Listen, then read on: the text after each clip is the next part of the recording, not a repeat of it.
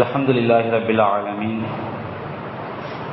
نحمده ونستعينه ونستغفره ونعوذ بالله من شرور أنفسنا ومن سيئات أعمالنا من يهده الله فلا مضل له ومن يضلل فلا هادي له وأشهد أن لا إله إلا الله وحده لا شريك له وأشهد أن محمدا عبده ورسوله أما بعد أعوذ بالله من الشيطان الرجيم كتاب أنزلناه إليك مبارك ليدبروا آياته وليتذكروا أولو الألباب.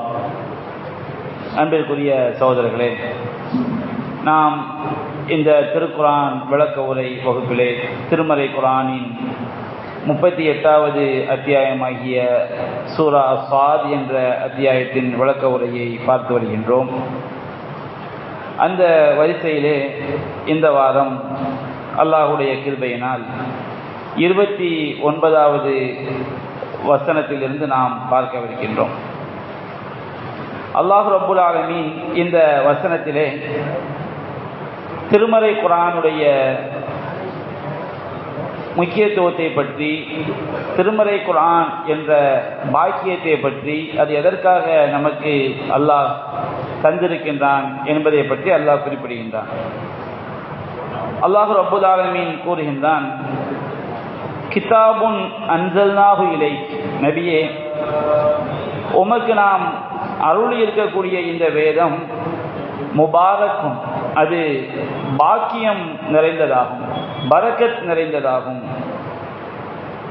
எதற்காக அல்லாஹ் இந்த வேதத்தை உமக்கு அருளினான்?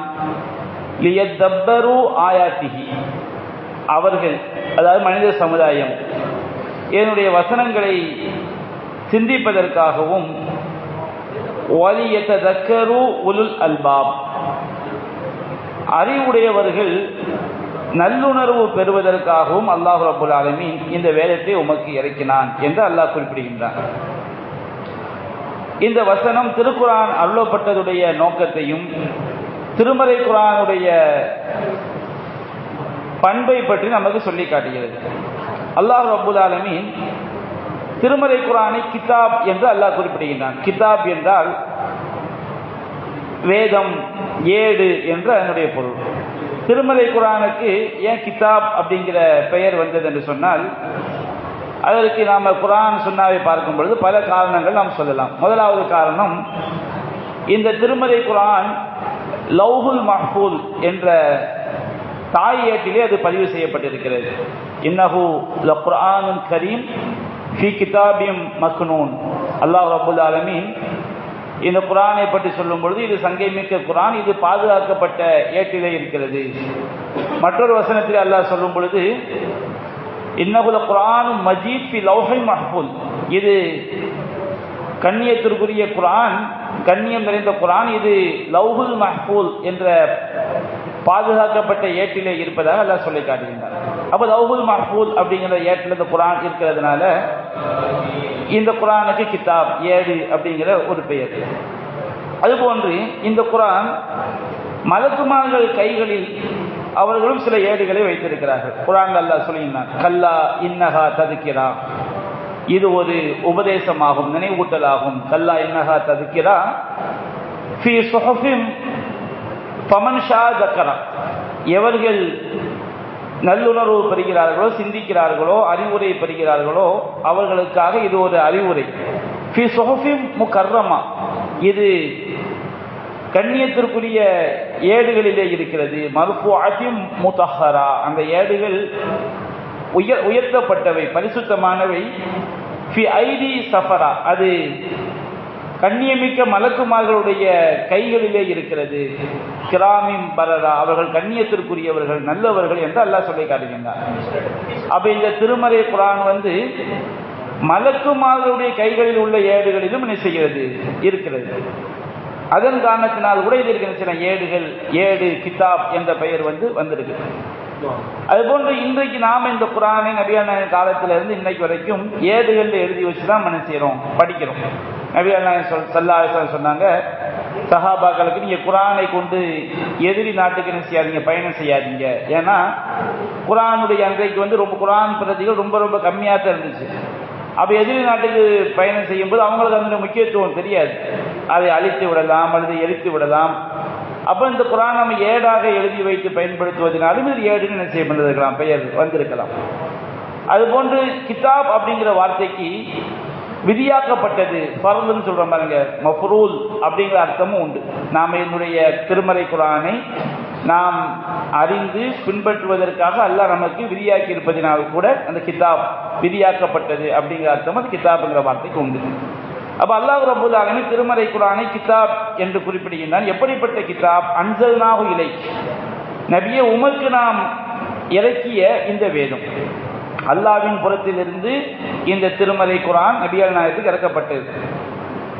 அல்லாஹ்வின் புறத்திலிருந்து லவ்வுல் மஹ்ஃபூல்ல இருக்குது, மலக்குமாருடைய ஏடுகள்ல இருக்குது. அப்படி இருந்தாலும் அல்லாஹ் ரப்பல் ஆலமீன் அவன் பேசிய அந்த கலாம், அல்லாஹ்வுடைய பேச்சு தான் திருமறை குர்ஆன். நாம குர்ஆன் சொல்றோம் பாருங்க, நாம இன்றைக்கு இதை குர்ஆன் சொல்லுவோம். குர்ஆன் என்று சொன்னால் அந்த குர்ஆனுடைய ஓசை வடிவத்தை நாம் மொழிவதற்கு இது துணையா இருக்குது, அதனால இதுக்கு பேர் குர்ஆன். ஆனா உண்மையிலேயே குர்ஆன் என்பது இதுதான், ஓசை வடிவம் தான். அல்ஹம்துலில்லாஹி ரப்பில் ஆலமீன், இதுதான் குர்ஆன். ஓசை வடிவம் வெளிப்படுத்தணும் பாருங்க, இதுக்கு பேர் தான் குர்ஆன். அப்ப குர்ஆனை நீங்க தொழுகையில ஓதுங்க, ஃபக்ரவு மா தயஸ்ஸர மினல் குர்ஆன், உங்களால் இயன்ற அளவு குர்ஆனை ஓதுங்கன்னா அந்த ஓசை வடிவத்தில் நாம வெளிப்படுத்துவதற்கு பெயர் தான் குர்ஆன். அப்ப அல்லாஹ் ரப்பல் ஆலமீன் நபிகள் நாயகம் ஸல்லல்லாஹு அலைஹி வஸல்லம் அவர்களுக்கு ஓசை வடிவத்தில் தான் அந்த குர்ஆனை இறக்கி வைத்தான். அல்லாஹ் ஜிப்ரீலுக்கு தன்னுடைய கலாமை கொடுத்தான். ஜிப்ரீல் அலைஹிஸ்ஸலாம் நபிகள் நாயகத்தை என்ன செஞ்சாங்க, அதை சொல்லி கொடுத்தாங்க, அவங்களுடைய உள்ளத்துல இறக்கி வைத்தாங்க. அப்ப அல்லாஹ் ரப்பல் ஆலமீன் இந்த குர்ஆனை இறக்கி வைத்தோம் அப்படின்னு அல்லாஹ் சொல்றதுனால குர்ஆன் எல்லாமே அல்லாஹ்வுடைய கலாம், அல்லாஹ்வுடைய பேச்சு. அல்லாஹ்வுடைய பேச்சு என்பது அழிவே இல்லாது. அல்லாஹ்வுடைய பேச்சு இருக்கு பாருங்க, இந்த குர்ஆன் அழிஞ்சிடும், இது அல்லாஹ்வுடைய பேச்சு கிடையாது. இது அட்டையில நம்ம ஓதுவதற்கு துணை செய்வதனால் இதுக்கு நம்ம குர்ஆன் சொல்றோம். ஆனால் ஓசை வடிவம் இருக்கு பாருங்க, அந்த ஓசை வடிவம் என்பது அழிவே கிடையாது. அல்லாஹ்வுடைய கலாமாக இருப்பதனால்தான் நாம அல்லாஹ்வையும் அல்லாஹ்வுடைய கலாமையும் பிரிச்சு பார்க்க முடியாது. அல்லாஹ்வோட சேர்ந்ததுதான் அல்லாஹ்வுடைய கலாம். இறைவா என்னை காப்பாற்று நம்ம துவா கேட்கிற மாதிரி அல்லாஹ்வுடைய கலாமை கொண்டு ரசூல் நமக்கு என்ன செய்யலாம், துவா கேட்க சொல்லி தராங்க. அஊது பி கலிமாத்தில்லாஹி தாமாத்தி குல்லிஹா மின் ஷர்ரி மா கலக், அல்லாஹ்வுடைய பரிபூர்ணமான வார்த்தைகளை கொண்டு அவன் படைத்தவற்றின் தீங்கிலிருந்து பாதுகாப்பு தேடுகிறேன். அஊது பில்லாஹி மினஷ் ஷைத்தானிர் ரஜீம் அப்படிங்கிற வார்த்தை, அல்லாஹ் விரட்டப்பட்ட ஷைத்தானை விட்டும் அல்லாஹ்விடம் பாதுகாப்பு தேடுகிறேன் என்று சொல்வதும் அல்லாஹ்வுடைய வார்த்தைகளை கொண்டு பாதுகாப்பு தேடுகிறேன் சொல்வதும் ரெண்டும் ஒண்ணுதான். ஏன்னா அல்லாஹ்வும் அல்லாஹ்வுடைய கலாமும் ரெண்டும் அல்லாஹ்வுடைய தன்மைகளும் அழிவே இல்லாது, இறைவனோடு சார்ந்தவை. அதான் நபிகள் நாயகம் ஸல்லல்லாஹு அலைஹி வஸல்லம் அவர்கள் அஊது பி கலிமாத்தில்லாஹி தாமாத்தி மின் ஷர்ரி மா கலக், அல்லாஹ்வுடைய வார்த்தைகளை கொண்டு நான் உங்களிடம் பாதுகாப்பு தருகிறேன். அதனால தான் குர்ஆன் யார் படைக்கப்பட்டதுன்னு சொல்றாங்களோ அவங்க காஃபிர். இந்த குர்ஆனை சொல்லல, அல்லாஹ்வுடைய கலாம் இருக்கு பாருங்க, அல்லாஹ்வுடைய கலாம் ஓசை வடிவம், இது படைக்கப்பட்டது கிடையாது. படைக்கப்பட்டதாக இருந்தால் நபிகள் நாயகம் சொல்லி தந்த அந்த துவா ஷிர்காயிரும். அஊது பி கலிமாத்தில்லாஹி தாமாத்தி குல்லிஹா மின் ஷர்ரி மா கலக், அல்லாஹ் படைத்தவற்றின் தீங்கிலிருந்து அல்லாஹ்வுடைய பரிபூர்ணமான வார்த்தைகளை கொண்டு என்ன செய்கிறேன், பாதுகாப்பு தேடுகிறேன். ஏன்னா அல்லாஹ்வுடைய கலாம் என்பது இறைவனுடைய தாத்துடைய சம்பந்தப்பட்டது. அதுமாதிரி நபிகள் நாயகம் ஸல்லல்லாஹு அலைஹி வஸல்லம் இப்ராஹிம் அலைஹிஸ்ஸலாம் அவர்கள் அவங்க இஸ்ஹாக் அலைஹிஸ்ஸலாம் இஸ்மாயில் அலைஹிஸ்ஸலாம் அவங்களுக்கு ஓதி பார்க்கும்போது நபிகள் நாயகம் ஸல்லல்லாஹு அலைஹி வஸல்லம் ஹசன் ஹுசைன் ரலியல்லாஹு அன்ஹுமா அவங்களுக்காண்டி ஓதி பார்க்கும்போது அவங்க ஓதின துவா என்ன, ஒய்துகுமா பி கலிமாத்தில்லாஹி தாமாத்தி மின் குல்லி ஷைத்தானி வ ஹாம்மத்தி வ மின் குல்லி ஐனில் லாம்மா, அல்லாஹ்வுடைய பரிபூர்ணமான வார்த்தைகளை கொண்டு ஒவ்வொரு ஷைத்தானை விட்டும் கொடூரமான ஒவ்வொரு நோய்களை விட்டும் நான் உங்கள் இருவருக்காக பாதுகாப்பு தேடுகிறேன். அப்ப என்ன, எதை கொண்டு பாதுகாப்பு தேடுறாங்க? அல்லாஹ்வை கொண்டு பாதுகாப்பு தேடுவதும் அல்லாஹ்வுடைய வார்த்தைகளை கொண்டு பாதுகாப்பு தேடுவதும் ஒன்றுதான். என்றால் அல்லாஹ் எப்படி, இறைவன் எப்படி யாராலும் படைக்கப்பட்டவன் கிடையாதோ அதுபோன்று அல்லாஹ்வுடைய வார்த்தைகளும் எதுவாலும் படைக்கப்பட்டது கிடையாது.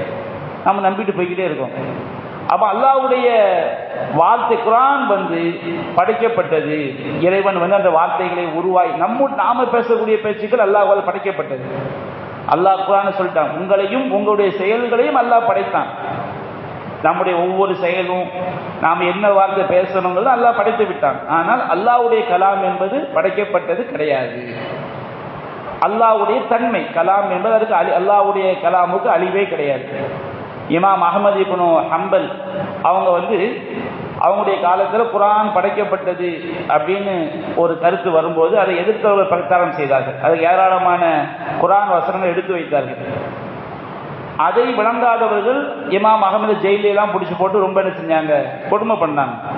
அப்போ அன்றைக்கு இருந்த பெரிய பிரச்சனை என்ன, குர்ஆன் வந்து அல்லாஹ்வுடைய கலாம் என்பது படைக்கப்பட்டதா படைக்கப்படாதா? நபிகள் நாயகத்துடைய ஹதீஸ் நமக்கு தெளிவான தீர்வு தருகிறது.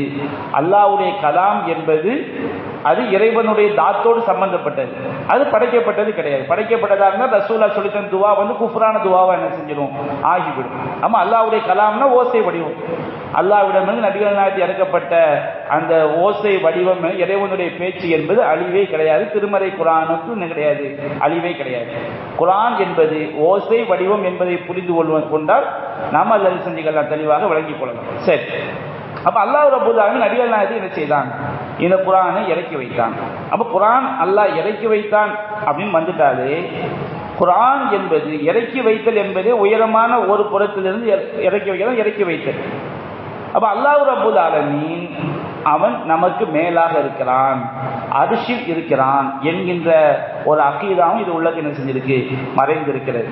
அல்லாஹ் ரப்பல் ஆலமீன் அர்ஷில் இருக்க போய் தான் குர்ஆன்ல ஏராளமான வசனங்கள் அந்த அடிப்படையை சொல்லியது. அர்ரஹ்மானு அது அர்ஷிஸ்தவா, அல்லாஹ் அர்ஷின் மீது என்ன செய்திருக்கின்றான், அர்ஷின் மேலாக அல்லாஹ் அமர்ந்திருக்கின்றான். இன்றைக்கு அதிகமான மக்கள் வழிகட்ட கொள்கையில் இருக்கிறாங்க. அல்லாஹ் வந்து எங்கும் இருக்கிறான், அல்லாஹ் அவனுடைய அறிவு கண்காணிப்பு எங்கும் இருக்கிறது.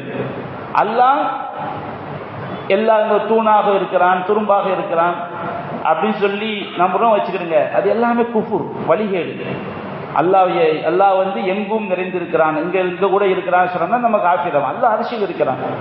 அவனுடைய கண்காணிப்பு, அவனுடைய அறிவு, அவனுடைய சூழ்ந்தறியும் திறன் எல்லா பொருட்களையும் என்ன செய்திருக்கிறது, சூழ்ந்திருக்கிறது. அப்ப அல்லாஹ் ரப்புல் ஆலமீன் நமக்கு மேலாக உள்ள அரிசில் இருக்கிறான். அரிசில் அல்லாஹ் இருக்க போய்தான் குர்ஆன் ரசூலுல்லாஹ் அல்லாஹ் செய்தான், இறக்கி வைத்தான். அப்ப அன்சல்நாஹு இலைக், நபியே உமக்கு நாம் இறக்கி வைத்த இந்த வேதமானது முபாரக்கும், பரக்கத் நிறைந்தது அப்படின்னு அல்லாஹ் சொல்லி காட்டுறோம். பரக்கத்னா என்ன?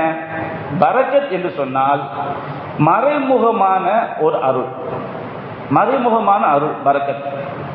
பரக்கத் செய்யக்கூடியவன் அல்லாஹ் ஒருவன் மட்டும்தான். நபிகள் நாயகம் சொல்றாங்க, சஹீஹ் முஸ்லிம்ல பதிவு செய்யப்பட்டிருக்கிறது, அல் பரக்கத்து மினல்லாஹ். பரக்கத் என்பது அல்லாஹ்விடம் இருந்து தான் இருக்கிறது. அல்லாஹ்வை தவிர யாரும் பரக்கத் செய்ய முடியாது.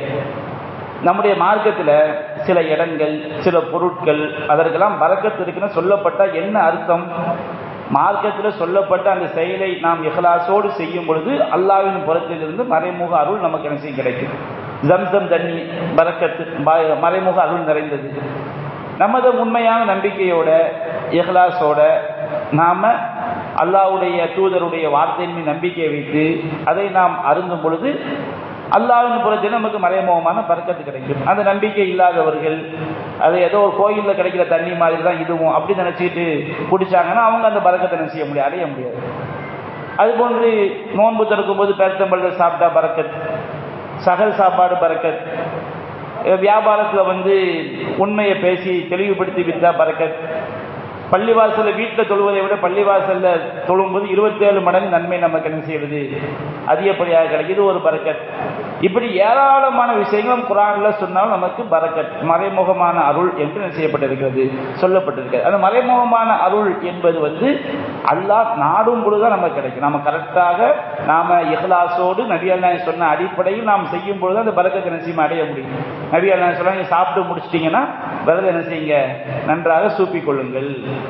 ஏன்னு சொன்னோம்னா, நம்ம விரத சூப்பாம் கழிவு வச்சுக்கிடுங்க, உணவுல வந்து எந்த பருக்கையில அல்ல எந்த பாட்டில் வந்து பரக்கத்திற்கு நமக்கு தெரியாது.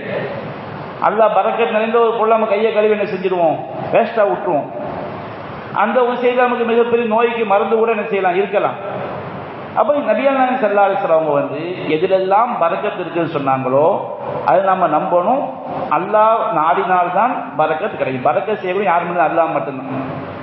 ஒரு இறை அல்லாஹ்வும் ரசூல் சொல்லாத இடங்கள்ல பரக்கத் இருக்கு நம்ம நினைக்கிறோம் வச்சுக்கிடுங்க, அது ஷிர்க்குல கொண்டு போய் விட்டுரும். சஹாபாக்கள் அதாவது சில சஹாபாக்கள் வந்து எதிரிகளுக்கு முஷ்ரிக்குகள் தாத் அன்வாத்னு ஒரு மரம் இருந்துச்சு, இறந்த மரம்.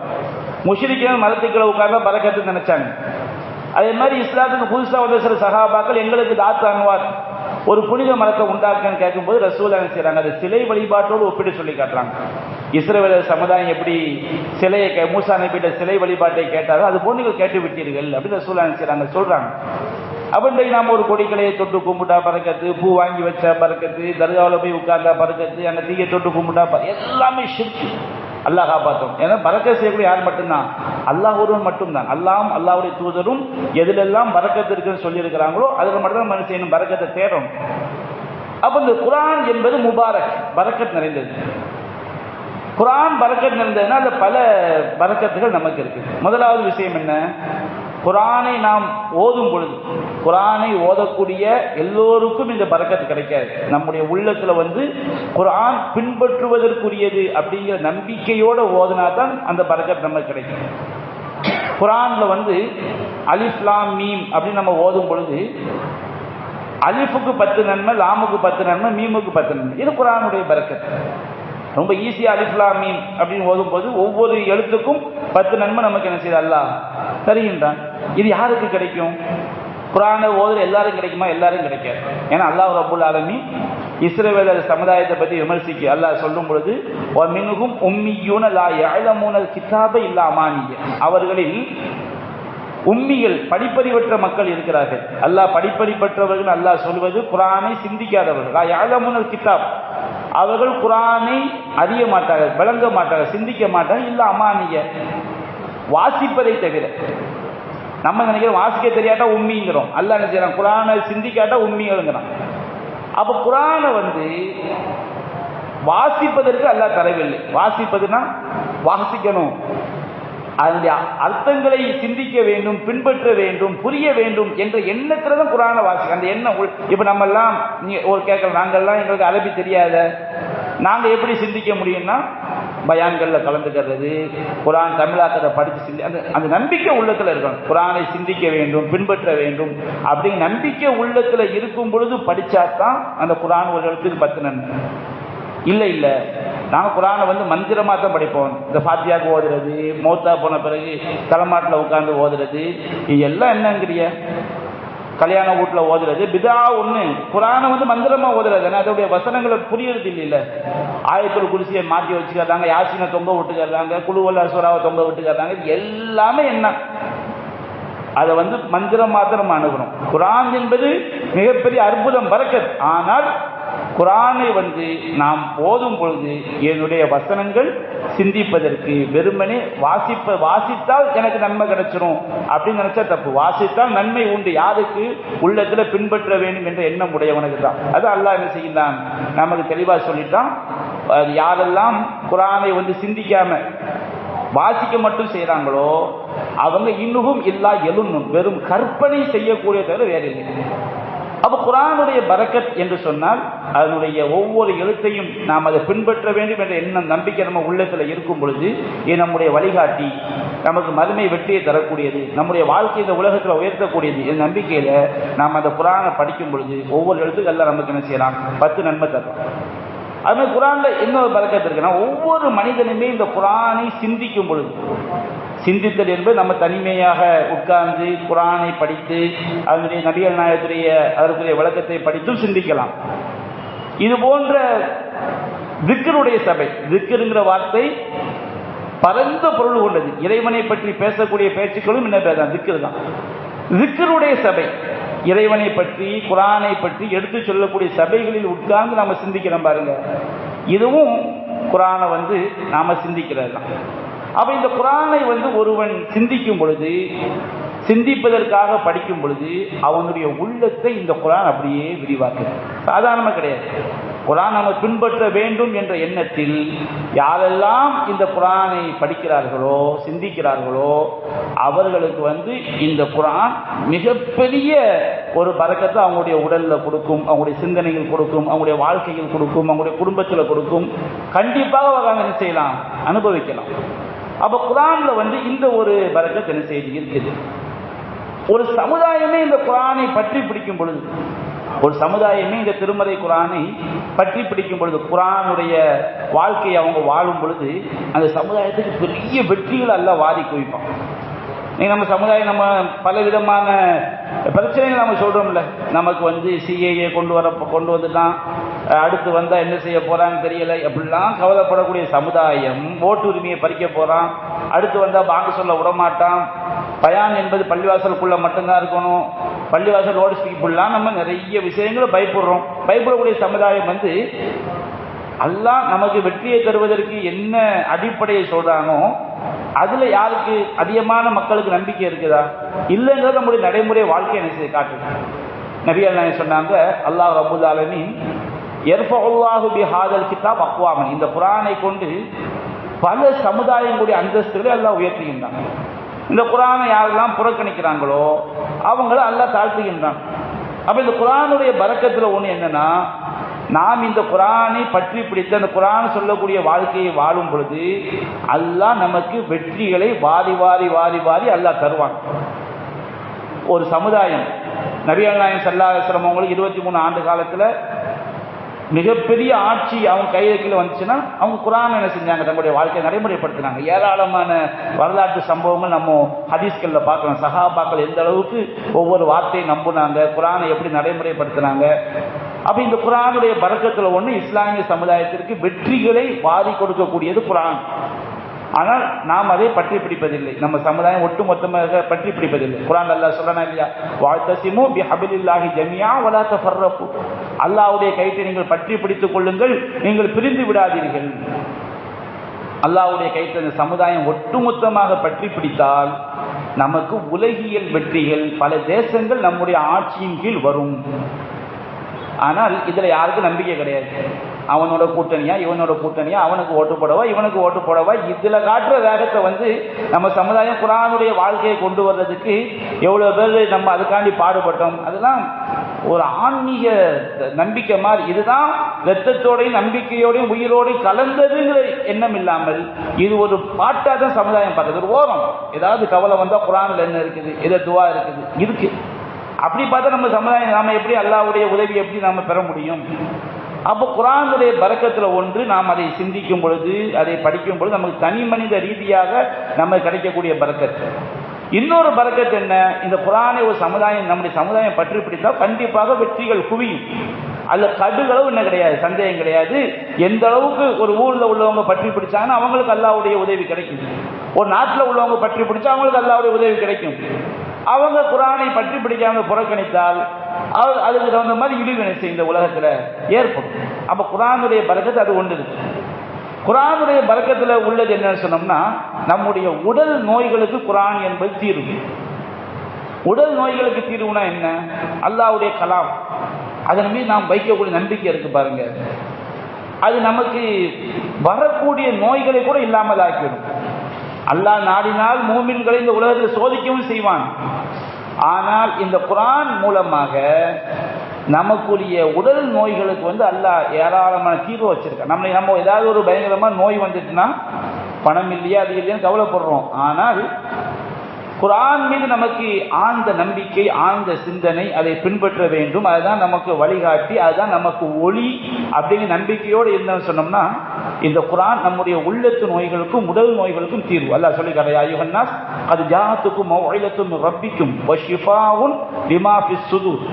மக்களே, உங்களுக்கு அல்லாஹ்விடமே தெளிவான உபதேசம் வந்துவிட்டது, உங்கள் உள்ளங்களில் உள்ள நோய்களுக்கு மருந்து ஷிஃபான் அல்லாஹ் சொல்லி காட்டுறான். உள்ளத்தில் உள்ள நோய்களுக்கு குர்ஆன் மருந்து.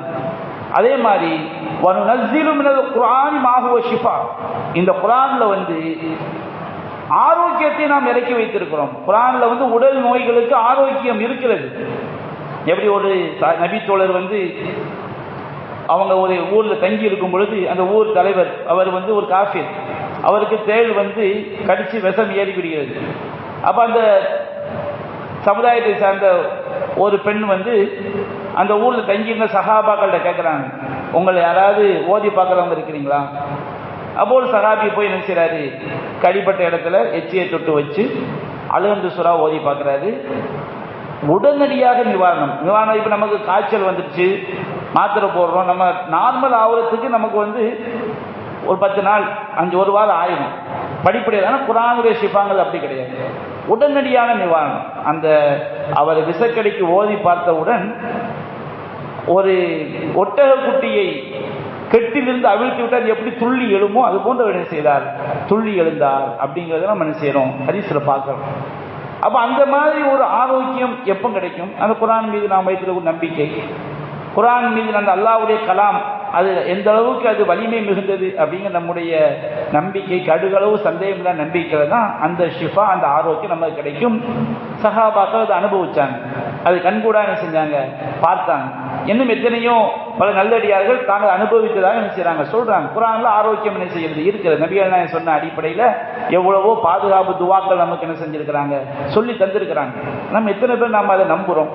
நமக்கு ஒரு நோய் வந்துட்டா 5 லட்சம் 10 லட்சம் அப்படிலாம் செலவு பண்ணக்கூடிய நாம சாதாரண துவாக்கள் நாம தெரியாம இருக்கிறோம். சாதாரண துவாக்கள் நமக்கு தெரியல, முயற்சி எடுக்கிறது இல்லை, முக்கியத்துவம் கொடுக்கறது இல்லை. ஏதோ நம்ம நம்முடைய வாழ்க்கையை என்ன ஓட்டிக்கிட்டு போறோம். நோய் வந்தால் எவ்வளோ நம்ம டாக்டர்கிட்ட போறோம். அல்லாஹ் நமக்கு எவ்வளவு பெரிய மருந்து அல்லாஹ் தந்திருக்கின்றான். அந்த மருந்தை தெரிந்து நமக்கு நம்ம நம்பிக்கை வைத்து நம்ம ஷிஃபாவை தர எத்தனை பேர் நம்ம முயற்சி செய்தோம். அல்லாஹ் நமக்கு நம்முடைய உள்ளங்களை அல்லாஹ் உண்மையான ஈமான் உடைய உள்ளமாக அல்லாஹ் செய்ய வேண்டும். எல்லாரும் நம்முடைய உள்ளங்களை அல்லாஹ் மாற்ற வேண்டும்.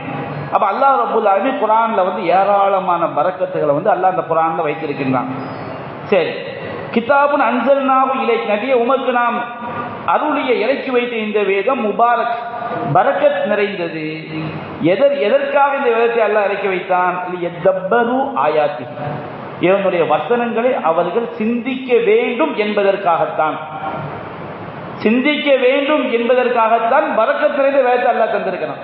யதப்பரு, சிந்தித்தல் என்றால் என்ன? சிந்திக்கிறேன்னா ஒரு விஷயத்தை நம்ம மைண்ட்ல ஏற்றி அது திரும்ப திரும்ப திரும்ப என்ன செய்யறது, சிந்திக்கிறது. குர்ஆனுடைய வசனங்கள் இருக்குன்னா குர்ஆனுடைய வசனங்களை நாம் படிக்கும் பொழுது திரும்ப திரும்ப திரும்ப குர்ஆனை படிக்கும் பொழுது ஒரு வசனத்துடைய விளக்கத்தை இன்னொரு ஆயத்து நமக்கு தெரியும், ஹதீஸ் நமக்கு தெளிவுபடுத்தும். பல நமக்கு அதுக்குண்டான திறமை இல்லாட்டா அறிஞர்களுடைய கருத்துக்களை நம்ம குர்ஆன் சரியான அடிப்படையில் மார்க்கத்தை சொல்லக்கூடிய கருத்துக்களை கேட்கும் பொழுது அந்த குர்ஆனுடைய வசனங்களுடைய கருத்தை நம்ம என்ன செய்யலாம், சரியாக விளங்கலாம். லியதப்பரு ஆயாத்திஹி, அதனுடைய வசனங்களை சிந்திப்பதற்காக, சிந்திக்கும் பொழுதுதான் அந்த குர்ஆன் நம்மள்ட்ட தாக்கத்தை உண்டாக்கும். சிந்திக்கும் பொழுதுதான் அந்த குர்ஆன் நம்ம தாக்கத்தை உண்டாக்கும். சிந்திக்கவில்லைன்னு சொன்னால் நம்முடைய உள்ளங்கள் பூட்டு போடப்பட்ட உள்ளங்கள் தான்.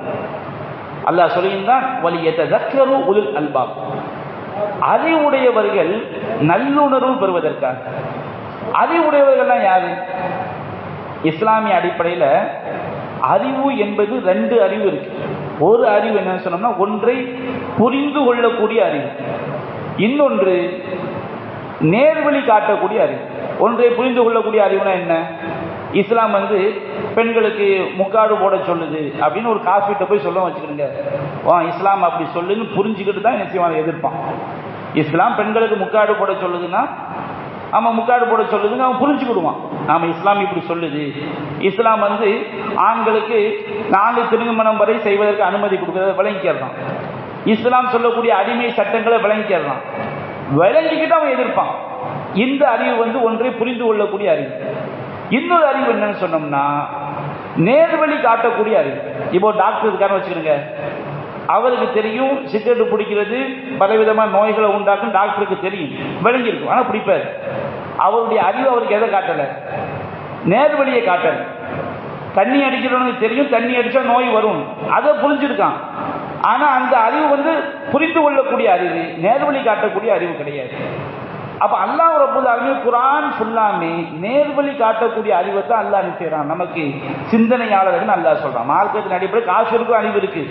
ஆனால் யாரெல்லாம் குர்ஆன்ல அல்லாஹ் யாரையெல்லாம் முட்டாள்னு சொல்றானோ அந்த முட்டாள்கள் எல்லாமே சிந்திக்க தெரியாத விளங்கிடக்கூடாது. நேர்வழி காட்டக்கூடிய அறிவு அவனுக்கு என்ன செய்யல, இல்ல. நேர்வழி காட்டக்கூடிய அறிவு அவனுக்கு இல்லை. அவனுடைய அறிவு ஒன்றை புரிந்து கொள்வதை தவிர, இன்னைக்கு இந்த மக்கள்ல பார்க்கலாம்ல, எத்தனையோ ஹதீஸை விளங்கிடுவாங்க, எத்தனையோ குர்ஆன் ஆயத்தை விளங்கிடுவாங்க. விளங்குனது அவங்களுக்கு புரிய தெரியும். மார்க்கம் இப்படிதான் சொல்லுது, இதுதான் சட்டம், இதுதான் தெரியும், புரிந்து கொள்வாங்க. புரிந்த வசனங்கள் அவர்கள் நேர்வழியை கொண்டு போய் சேர்க்குதா? இல்லை. அப்ப அல்லாஹ் குர்ஆன்ல அவர்கள் சிந்திக்க மாட்டார்கள், புரிய மாட்டார்கள், விளங்க மாட்டார்கள், முட்டாள்கள், மடையர்கள் என்று அல்லாஹ் எங்கெல்லாம் சொல்றானோ அது எல்லாமே அவனுக்கு சிந்திக்கிற அறிவு தான் விளங்கிடக்கூடாது. புரிந்து கொள்ளக்கூடிய அறிவு அவனுக்கு இருக்குது. ஆனால் அந்த அறிவு அவனுக்கு நேர்வழி காட்டக்கூடிய அறிவாக செய்யல இல்லை. அப்ப அல்லாஹ் குர்ஆன் வலியதக்கரு உலில் அல்பாப், அறிவுடையவர்கள் இதை கொண்டு நல்லுணர்வு பெறுவதற்காக நாம் இந்த குர்ஆனை என்ன செய்திருக்கிறோம், பரக்கத் நிறைந்ததாக உமக்கு அருளி இருக்கிறோம். அப்போ குர்ஆன் நம்ம தாக்கத்தை உண்டாக்கணும். நம்முடைய வாழ்க்கையில் குர்ஆன் சொன்னபடி நடக்கணும், சிந்திக்கணும். சிந்திக்கும் பொழுதுதான் அதை நாம் என்ன செய்ய முடியும், அது நம்ம தாக்கத்தை உண்டாக்கும். குர்ஆன் நம்மில் ஒரு தாக்கத்தை உண்டாக்கும் பொழுது நம்முடைய உள்ளம் அதற்கு பணியும், நம்முடைய உறுப்புக்கு அதன்படி நடப்பதற்கு என்ன செய்யும், முயற்சி செய்யும். அல்லாஹ் ரப்பல் ஆலமீன் இந்த பாக்கியம் நிறைந்த வேதத்தை சிந்திக்கக்கூடிய மக்களாகவும், அதை நாம் நமக்கு அது குர்ஆன் நேர்வழி காட்டக்கூடிய குர்ஆனாகவும் அல்லாஹ் அதை ஆக்கி அனுப்புவானாக. நாம் இந்த குர்ஆன் வகுப்பை இந்த வாரத்தோட நாம் நிறைவு செய்கிறோம். இன்ஷா அல்லாஹ் ரமதானுக்கு பிறகு என்ன செய்யும், இந்த என்னுடைய தொடர்ச்சி சூரத்து சாது 29 வசனங்கள் நாம் பார்த்திருக்கிறோம். இதனுடைய தொடர்ச்சி ரமதானுக்கு பிறகு 6 நோன்புலாம் முடிஞ்ச பிறகு என்ன செய்யும், துவங்கும். ரமதான் மாசத்துல இன்ஷா அல்லாஹ் லுகர் தொழுகைக்கு பிறகு கிதாபு தௌஹீத், அதாவது தௌஹீது பற்றிய அந்த புத்தகம், அதனுடைய விளக்க உரை இன்ஷா அல்லாஹ் என்ன செய்யும், நடைபெறும். அந்த வகுப்புக்கு நாம் நினைச்சு அனைவரும் இன்ஷா அல்லாஹ் கலந்து கொள்வோம். வாஹு தஅவானா அல்ஹம்துலில்லாஹி ரப்பில் ஆலமீன். அஸ்ஸலாமு அலைக்கும் வரஹ்மத்துல்லாஹி வபரகாத்துஹு. சுப்ஹானக்கல்லாஹும்ம வபிஹம்திக அஷ்ஹது அல்லா இலாஹா